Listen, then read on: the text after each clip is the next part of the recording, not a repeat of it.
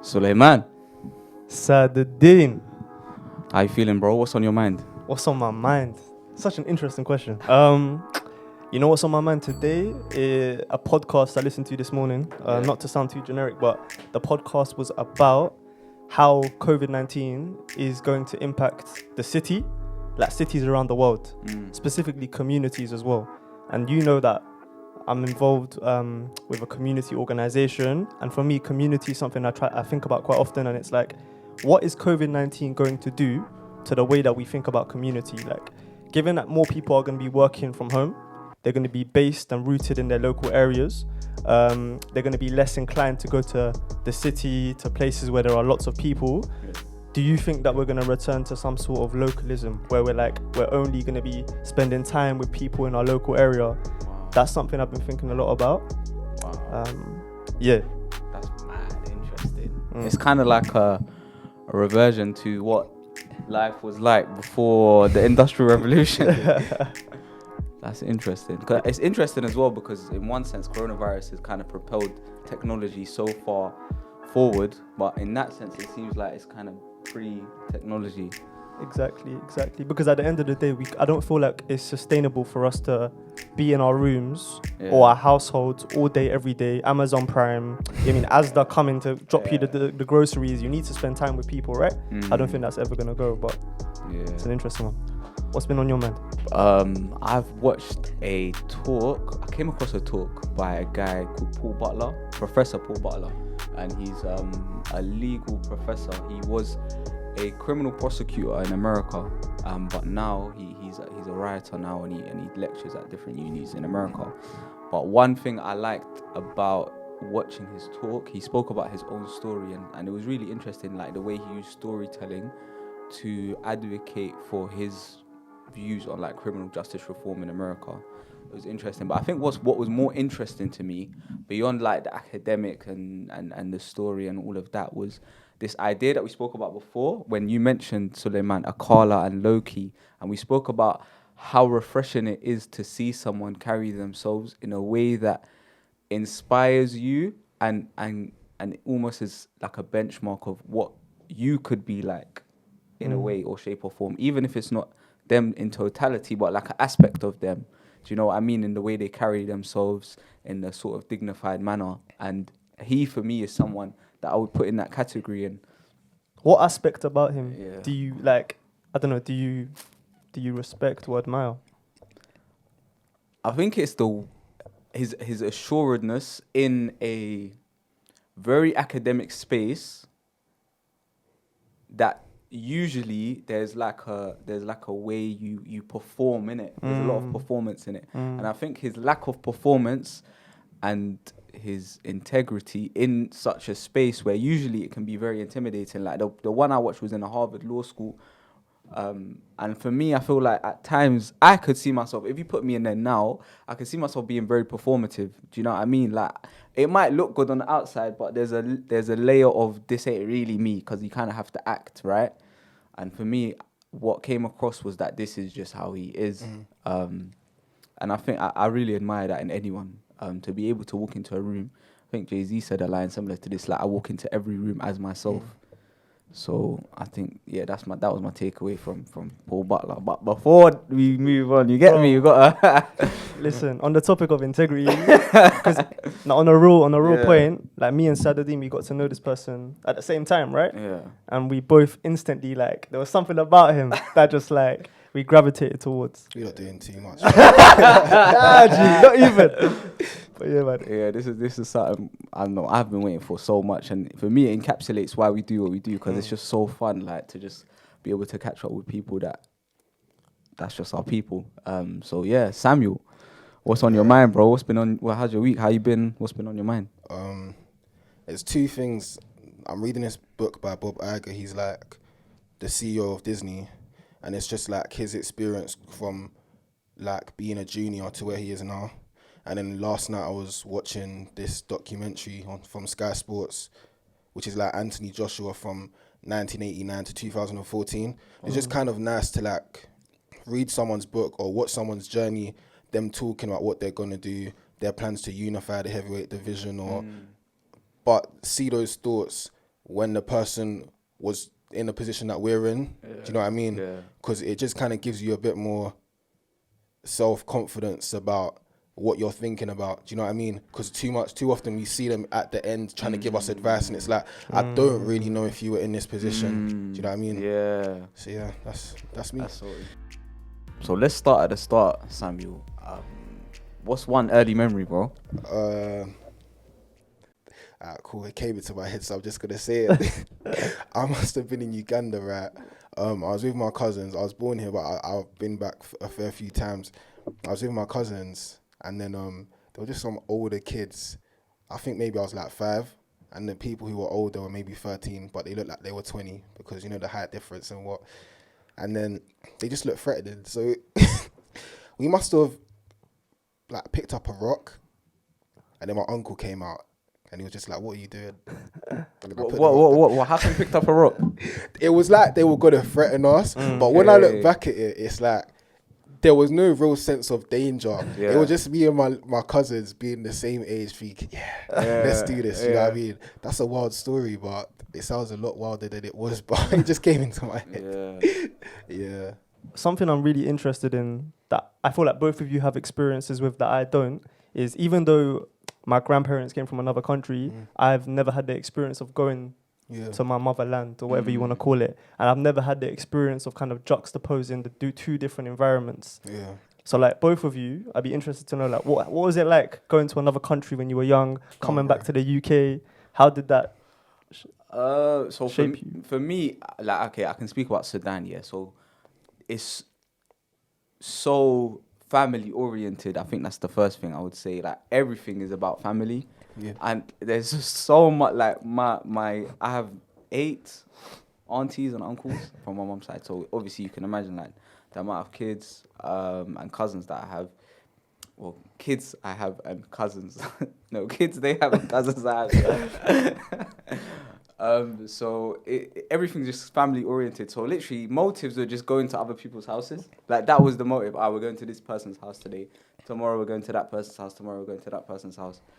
So that for me was a big deal. And the reason for me it was so stark was because in London it kind of just me and my household. So kind of like what seems to be more like yours, which is like, your mum, your siblings, Right? boom. Yeah. And that's kind of your family unit. And then going there and seeing that the family unit is so wide, I think for me that was like, wow. And I think for me, in going to Sudan was the first time I saw like the important, like what it is to be a part of a family, like in a holistic sense. Like your problems are their problems are your problems, their joy is your joy. Like, you go to a wedding, you go to a funeral, boom, boom, all of these kind of things. And I think growing up in Britain, because I didn't realize this, but it's so individualistic. Like, if something happens, you're kind of like, but why do I have to do this? Like, what's the point? And then my mom might say, because of, do you get me? Because this or because that, or because this person is married to this person whose daughter, whatever. And it's kind of, cool, whatever, man. I don't want to do this, but whatever. And I think in Sudan, it's kind of more the natural process of things. Like, when Britain, it's like you're an island, but over there, it's kind of like the family is part of the collective.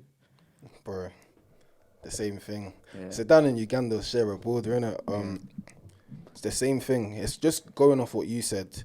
It's even from my dad's ethnic group. They say tribe, but ethnic group. This term called Ubuntu. Yeah.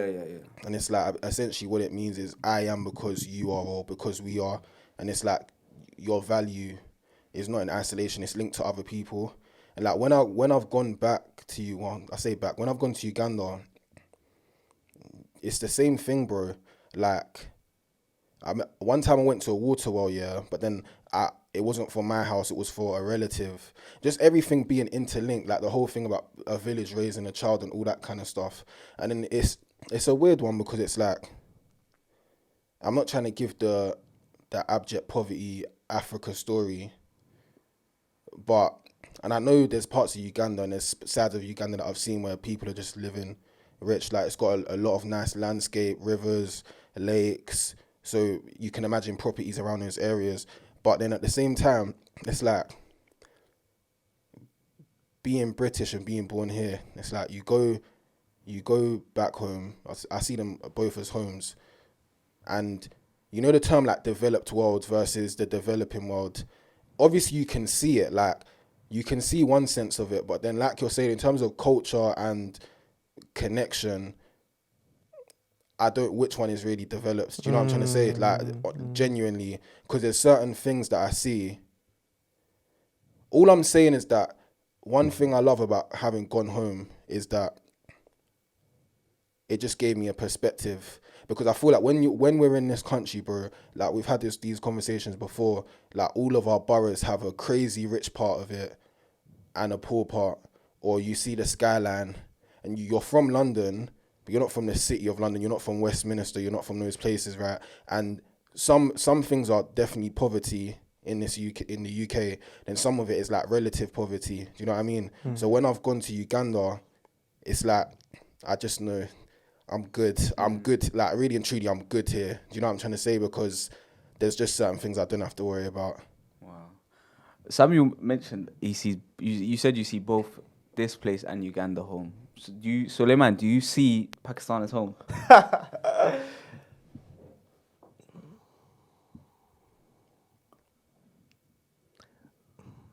I don't even know if I see this country as home. Really? I see London as home. That's interesting. So you don't see England as home, or Britain as home, or the UK, but you see London as home, or like Southall as home. Don't even want to get too abstract, but like, what is home, innit? Like, what is okay? I'm gonna define home as a place where you're comfortable, right? Because that's just simple definition for us to work from.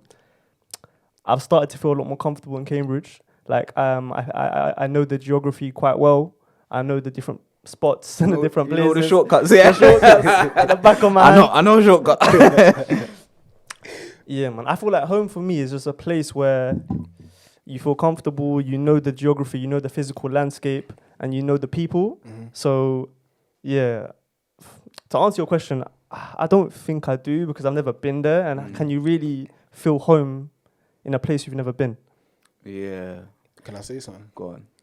Mate, because you know when you asked that question, it was like you've asked the question off the back of what I've said, but I have to give the other side of it. Go on. Because there's a side where I feel like a lot of people who are Black British, Asian British, it's like the UK is not your home, but then your homeland's not your home. Like you're too English there and you're too other here. Do you know what I mean? And for me, the reason I just say they're my homes, and I say it truly, is because no one's taken away the fact for me that I've lived in this country for 22 years. Because even for me, the place I've lived in, and we can go into it, like, you know what you said about where you feel comfortable? When I was young, I didn't feel comfortable where I lived. You know what I'm trying to say? Like, my area it's in London, it's in South London, but it's mad racist. Do you know what I'm trying to say? Like, Stephen Lawrence got killed in the area. Do you know what I'm trying to say? So from young, it was like I was in a bubble of extreme racism. Like, even my mum got like racially abused the other day. Do you know what I'm trying to say? But when I was young, it was like extreme, like 80s or 60s type racism. No way. Do you know what I'm trying to say? So, but as I've got older, it's like this is my area, and when I look at myself, there's certain things about me that would not be the case if I hadn't lived here. And then even when I go to Uganda, it's like being able to go to the place, the village, the remote village where your mum grew up, where your granddad grew up, and being able to walk areas and understand that that's where your uncle was and your granddad was, and hearing stories, that's all part of my story. So even though I've not been brought up there, and even though there's complexities here, it's my home. Do you know what I'm trying to say? You know what, man? I really appreciate you saying that. And I feel like it's made me think about my own home in a more sophisticated way. Like, home is where the heart is. That's what they say. And my heritage, or my lineage, or like my grandparents, I love them to bits, and their family is based in that land, which means that my heart is somewhat there as well. Yeah. So in a way, I would actually... I changed my answer. I changed my answer, bro. Ask me again.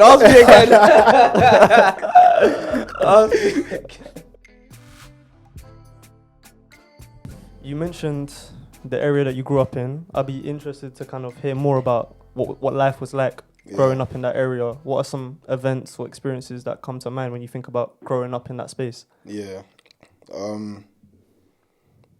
It's a weird one, because it's like, when we're talking about home and all those kind of things, I'm not trying to be narcissistic, but there's things you like about yourself that you're proud of. It's like there's a lot of things that I don't think would be the case with me if I hadn't lived there. But yeah, when I was young, like Eltham, if you're from Southeast, you know that Eltham's the area that it's like, do you know what I'm trying to say? In terms of like racism, but even like dangerous racism, do you know what I mean? Like the kind of Millwall supporters, the football hooliganism type stuff. And I'll be real, it was a lot worse in like the early 2000s, and like I can only imagine the 90s because I was born in 98. So like when I was young, just experiencing like hearing the N-word properly, do you know what I mean? Even things like there's been situations where, this was all when I was young, like before the age of 10, 7, like people throwing stones and stuff. Like even passive aggression, I don't know if this is passive aggression, but there was a woman who used to always bring her dog to do its business on the drive, like always just so happened to be just on the, do you know what I'm trying to say? So I'll be real with you, those early years, just like extreme racism, I'm gonna be real. How did your mum try to explain that to you when you were at a young age? Do you remember, like, because as a kid you don't even know what's happening, you don't know why people are moving the way they're moving, so how did your mum even try to explain that? I think the side that she spoke to me about was like just understanding that obviously the conversation changes depending on your race, right? But the fact that you're a black boy, do you know what I mean, or minority, and how the perception of you may be this, that, and the third. So the whole 10 times harder conversation. Her and my auntie, I remember that. Don't remember the age, but very early. In terms of the actual racism, I think it's not a thing like I go through things and I don't. Me and my mum can talk very comfortably. But when I was older, I think it was about maybe 3 years ago, my mum and my auntie, her friend, and we were talking about racism. And I told her that memory about, like, basically I went to Greg's, came out with my mum, someone bought a Cornish pasty or whatever, right? And then actually, with the money they've just spent on this food, they just threw it at me and my mum. So she took me into like a telephone box and closed the door behind her to stop this guy from doing it. This was in this area called Bexley Heath. Because my area is like, Eltham's in Greenwich, to the west of my borough is like Lewisham, east is Bexley, and yeah. So that was in Bexley Heath. And she didn't realise I remembered that. So I can't really remember the conversation about that extreme racism, but I don't think she thought that I remembered all those kind of little small things from when I was young, because I used to live in that area, Wellhall in Eltham, and then I moved to a different part of Eltham. But the conversations were more so to do with working hard, and these are the hurdles you might face. Do you know what I mean? So I'd be interested to kind of hear about school now. Yeah. Do you know what I mean? Because you've spoken about your environment in depth. Yeah. How, like, I assume you went to a school in the same environment. Yeah. Like, what was school like for you? It was calm. Yeah? It's a weird one because, like, I've got close friends from my school, like, two especially that I'm still friends with to this day. And it's a weird one because when I was young, that racism was more overt. Then it kind of changed. Then it changed to, like, you might be, because I'll be real, I was talkative. That's the worst thing that someone could say about me, do you know what I mean? But I saw the way I was received for being talkative versus other people.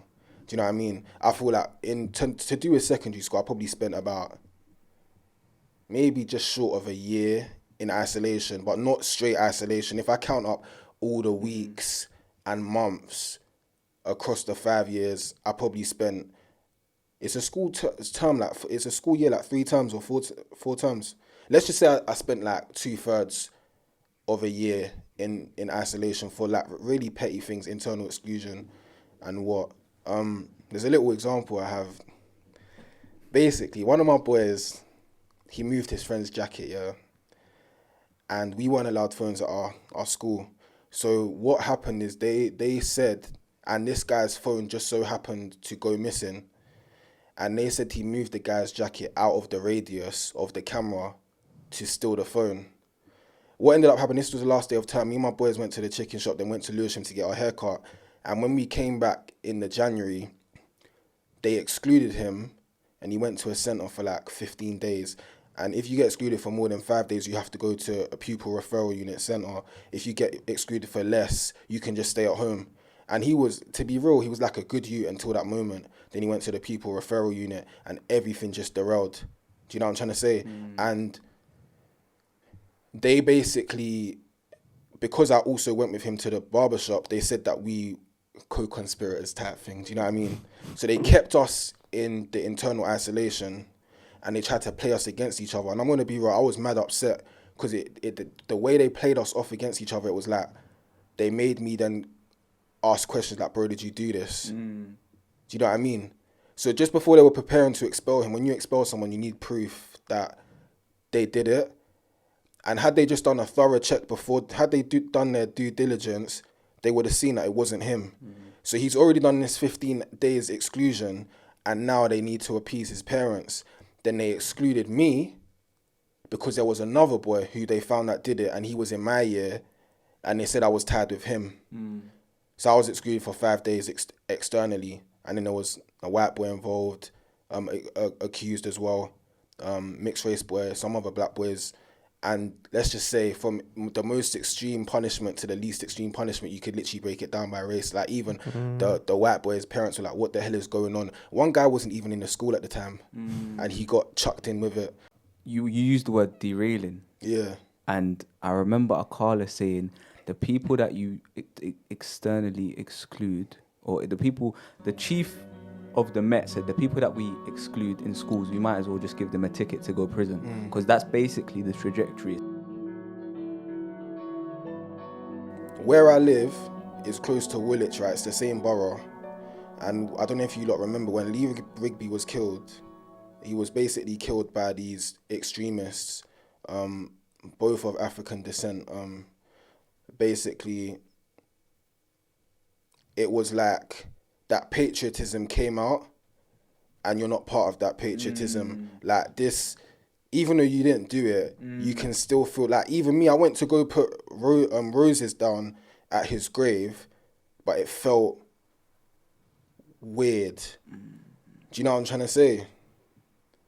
It's a very weird thing. It comes back to what we said about home and belonging. Yeah. Like, do you belong here? And who is the arbiter of who belongs and who doesn't? Because surely, if someone's born here, then surely they should have just as much a say as anyone else, right? But apparently not. Yeah.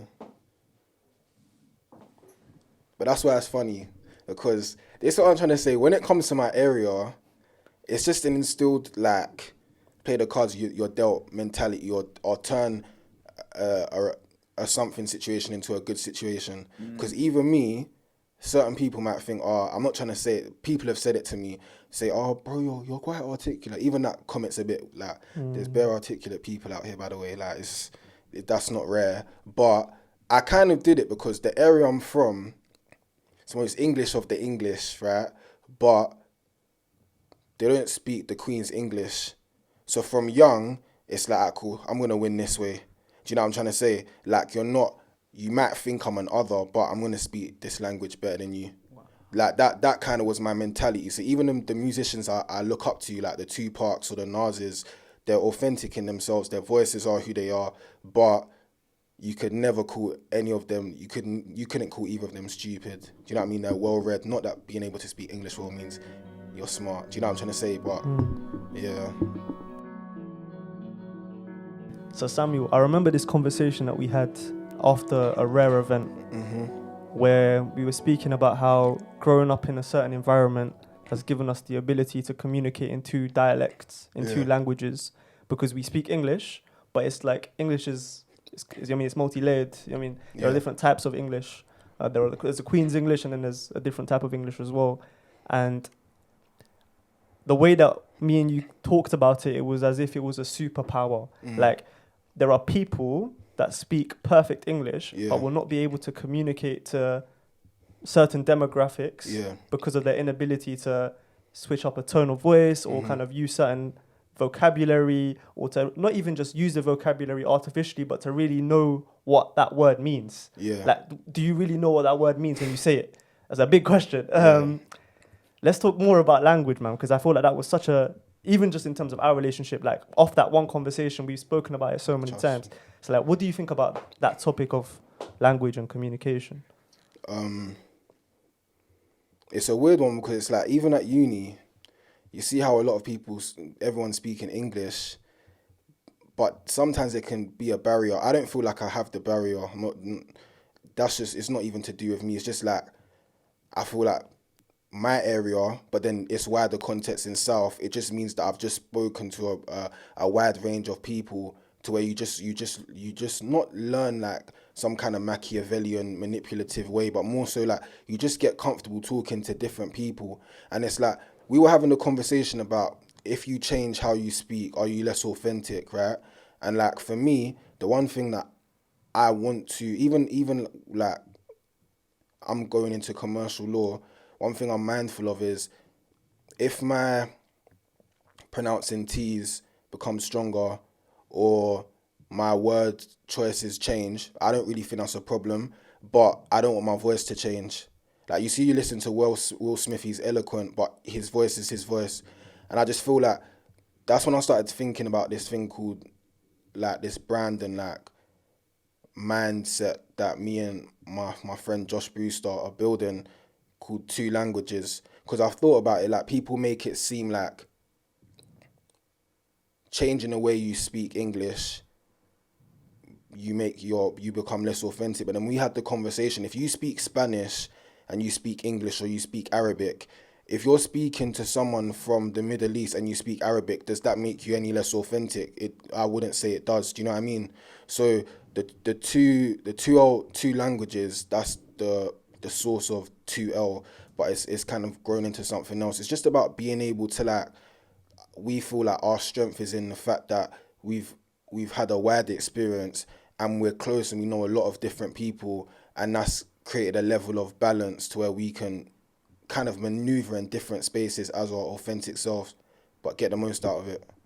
I love the way you put it in terms of speaking differently but maintaining your voice, because that kind of, your voice is who you are. And I remember my friend saying this to me. My friend, he speaks a lot of languages, so he's like a polyglot, and he said, like, language is the tool. What you want to get across is the important thing. It's the message that's important. But language is just a tool. So if I'm speaking Japanese to someone, or I'm speaking Arabic, or I'm speaking French, that's just the tool to get across my message. And there's something similar to what you said, Suleiman, about it just being sort of a means to an end. But and the reason we had that conversation initially, because I remember it was something I wrestled with a lot. This idea of, like, changing the way you speak. And I think a large part for me, it came down to this idea of, like, well, everyone I see on, like, TV or wherever these sort of spaces of celebrity are, it kind of seems that people are very pigeonholed. So it's like, if you speak like this, that means you're from the entertainment industry, let's say, and you're celebrated for speaking like that. Or let's say you speak like very EastEnder, then you're Danny Dyer, and you got to speak like that on every panel show. That's just who you are, and people kind of, that's your shtick kind of thing, innit? Or if you're just, like, very well spoken, then you present Have I Got News for You, and you're David Mitchell and you're the host. Do you know what I mean? And so I feel like growing up, I saw that a lot, especially in sort of British society and British culture, where it's kind of very pigeonholed. Like, you're this, that means you go here and you do that. You're this, you speak like this, that means you go here and you do that. So I think that's where this binary mindset, for me, kind of crept in. But what you said, it adds, like, a lot of layers and different colours to it. I feel like we've mentioned his name more than twice now, but Akala was, like, the first person, or one of the first people I was exposed to that kind of cross boundaries. He was the first person that, I mean, when you're young and when media and, like, all of these different influences become your main kind of source of reference, you associate intelligence with a certain type of voice, or at least I did. Like, if you were intelligent, you sounded this way. Being exposed to him, being exposed to other people that did similar work to him, like George the Poet, like Low Key, like other people in that field.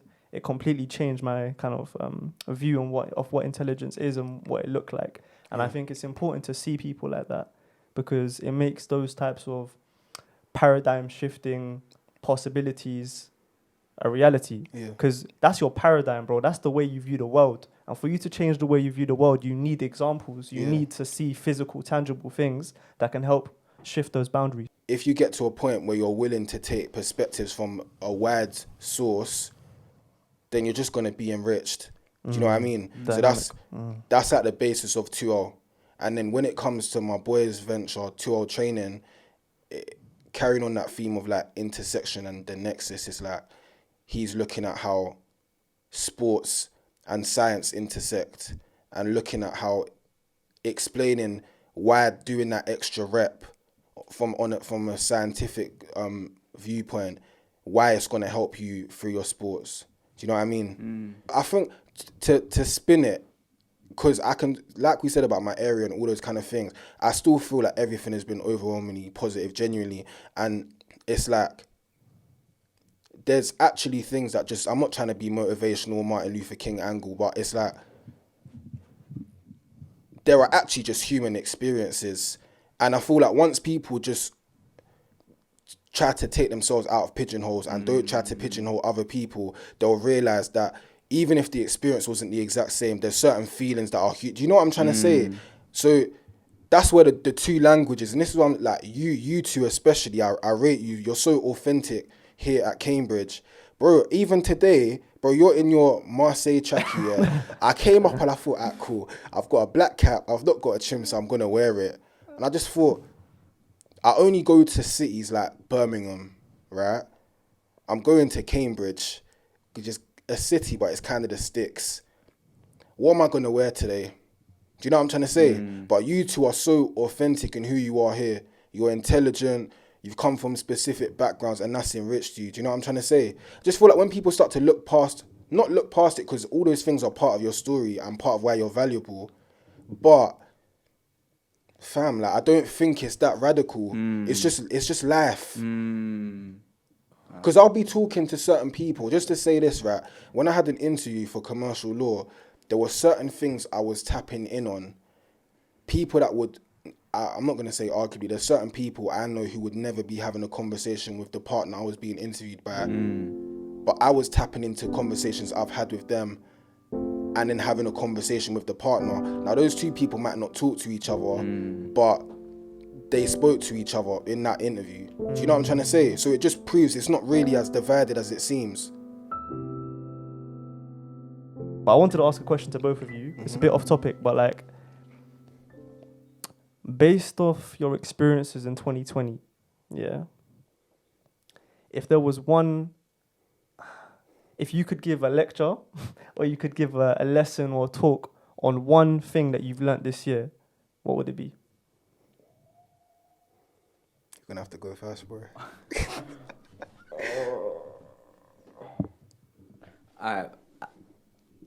The first thing that comes to mind is the importance of getting ready for bed.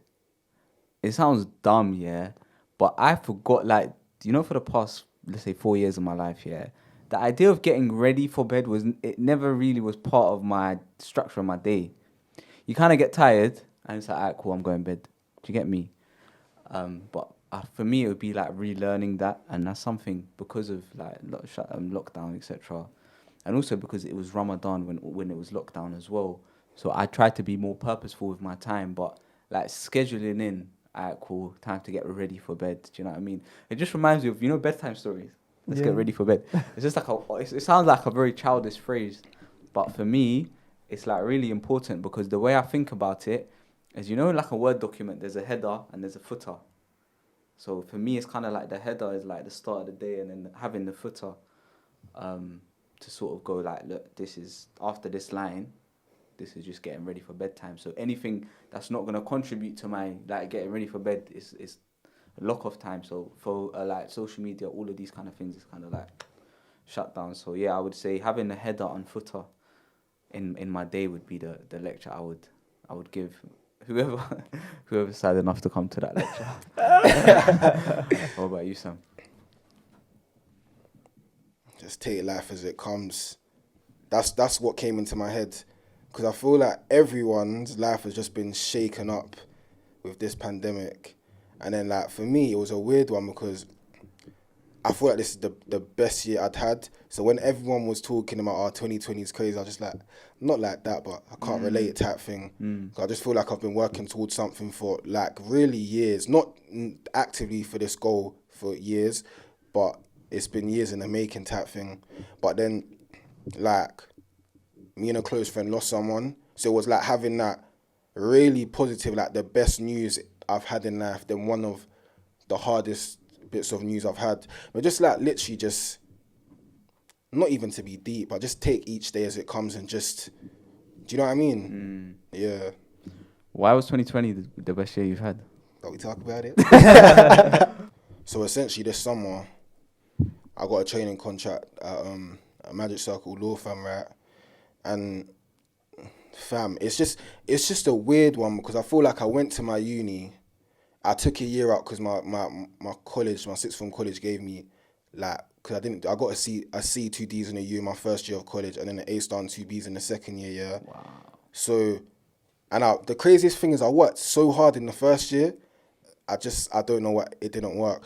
So it was like, that moment just worked. Getting that second year grade just worked. Because even when you apply for things like vacation schemes, they want certain grades. And my grades are just enough for that. My grades were just enough for the rare articles and foundations program. My grades were lower, just a grade lower than my uni. But because I was applying with them rather than predicted, I got in. But then I went there on paper being the least smart. I didn't have that self-view, but on paper, right?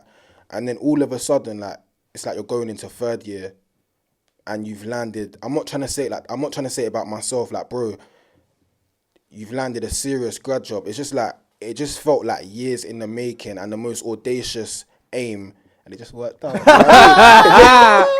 you know what I mean? Come on, brother. That's why, bro.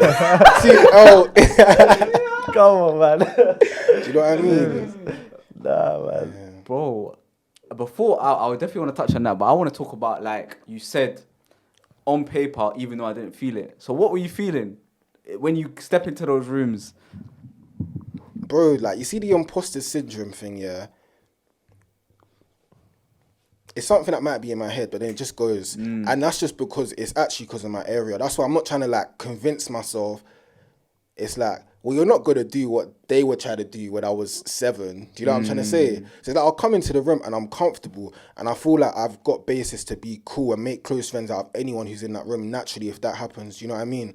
But I did feel like I had a point to prove to myself and my mum, because she believed in me, I believed in myself. So it's just about using the uni framework for what it was. Do you know what I mean? Like, when I just think about, like, the training contract, it just makes me, like, you were talking about what my future self would say to me and what I'd kind of say to my future self. In terms of what the future self would say to me, it's kind of easy for me to say this because a trainee at the firm, basically, when I messaged him saying I got the training contract, called me straight away. He was like, bro, you don't know how your life has changed. Because we haven't started working, we haven't done any of those things. It's just a contract has been signed. A building is there. You don't know how it's materially going to change your life. Do you know what I mean? But he just said, you don't know. Like, it's changing, right? On the reverse of it, and we were talking about motivation, like, after getting, like, a goal that's been a big goal in your head, I do feel like my motivation had reduced, the drive, but it was not in a negative sense, because I feel like a lot of the things that made me take opportunities slightly came from a negative place. Like, you've gone through that secondary school experience, you've gone through all those things. I think this is also a male thing as well, yeah. Just putting certain hardships into working and for the future. Do you know what I'm trying to say? So I feel like for once, I was actually content with what I've done and where I am. And it served a purpose that mentality. Like, you know, you said that I was watching your episode about a lone wolf kind of mentality. That's the mentality I had in sixth form. Like, there was a lot of people I was cool with, but because of my secondary school experience, it was like, I need to sort some things out. Let me sort it out. And now I just feel a lot more present and a lot more content, but the drive has decreased just a bit. So my question would be to the older self, like, to what degree is this working hard that you're doing, that you'll continue to do in a competitive and difficult field, to what degree is it healthy? Bro, what would you ask your... Alright, let's say just who you are, what you're doing right now, yeah? Where you are right now, you ask yourself in 5 years a question that you want to know the answer to, that you're just interested in the same way Samuel did. What do you do first thing when you wake up and just before you go to bed? That's what I would want to ask myself in 5 years. Interesting. And like, is this an answer that you want now? No. I'll just put it out into the ether, mate. For me, it's like, I just ask him. It's a difficult one, man, because there are a few things that come to mind. One of them is the idea of growth, and the other one is the idea of purpose. And I just say, are you doing things with a clear intention? Like, do you know why you're doing the things you're doing, and are you happy with those intentions? Yeah. I think that's the type of question I would want to ask. Like, it's just a G check. You know what I mean? Like, I would just G check myself in 5 years. Like, are you sure you're doing what you're doing for honest and right reasons? Like, is it justifiable to yourself? It doesn't need to be justifiable to other people, but based on your values and principles, do you actually are you happy with what you're doing in life? Yeah, that's the type of question I'll ask though. Samuel, looking forward,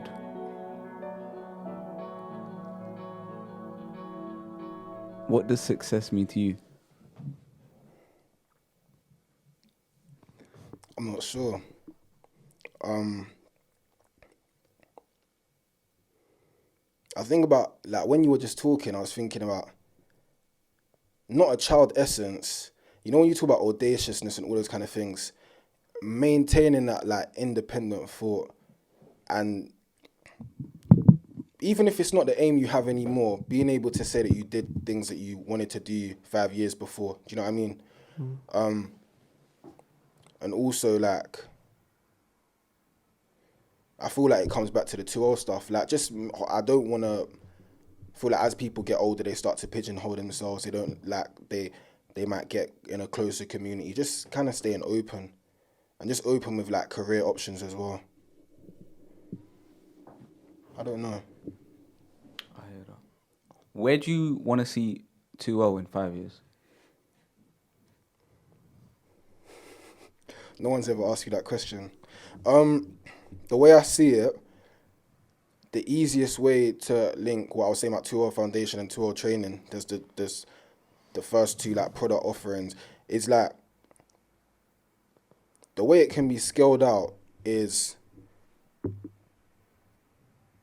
I feel like commercial law is going to not take up a lot of time. That's what I'm putting my time into, because it's something I'm interested in. But on my boys' side of the business, just, like, understand, I just want it to be, like, a motivation tool for people. And, like, especially with sports, I just think sports and music are such good tools. I was saying this to Suleiman earlier. It's like, just looking at an athlete like a boxer. Like, think about the Olympics, like a gladiator. Like, when you look at Anthony Joshua, part of it is genetics, but he could not look like that if he didn't put in the work. So I just want people to just be able to see motivation in a range of sources, some who are like them, some who are not like them, and just make it less of a personal motivation that I have now or my close friends have, and a symbol and a logo that we have, and just more so, like, widening that. If I could say, just to motivate others. Do you know what I mean? That's what I'd want it to do. How it does that, I don't know yet, but we'll see. Exciting. I'm looking forward to us linking up in 5 years, man. Come on, man. And seeing I'm what the watching this deal is, back. man. Seeing what the deal is. Yeah, man. Lit. On that bombshell, if you've enjoyed this, share it with a friend you think might like it. Rate us 5 stars on Apple Podcasts because that always helps. Write a review if there's anything that this conversation with Samuel made you think about, and sort of share that with us. Email in any thoughts or suggestions or reflections you might have, and see you next week. And wait, one more thing. Keep an eye out for 2L Foundation. Yeah, love. Follow, share. But yeah, we're definitely gonna drop all of that in the vid. Can I say something? Yeah, go ahead. I like this podcast. I like it. Yeah. Come on.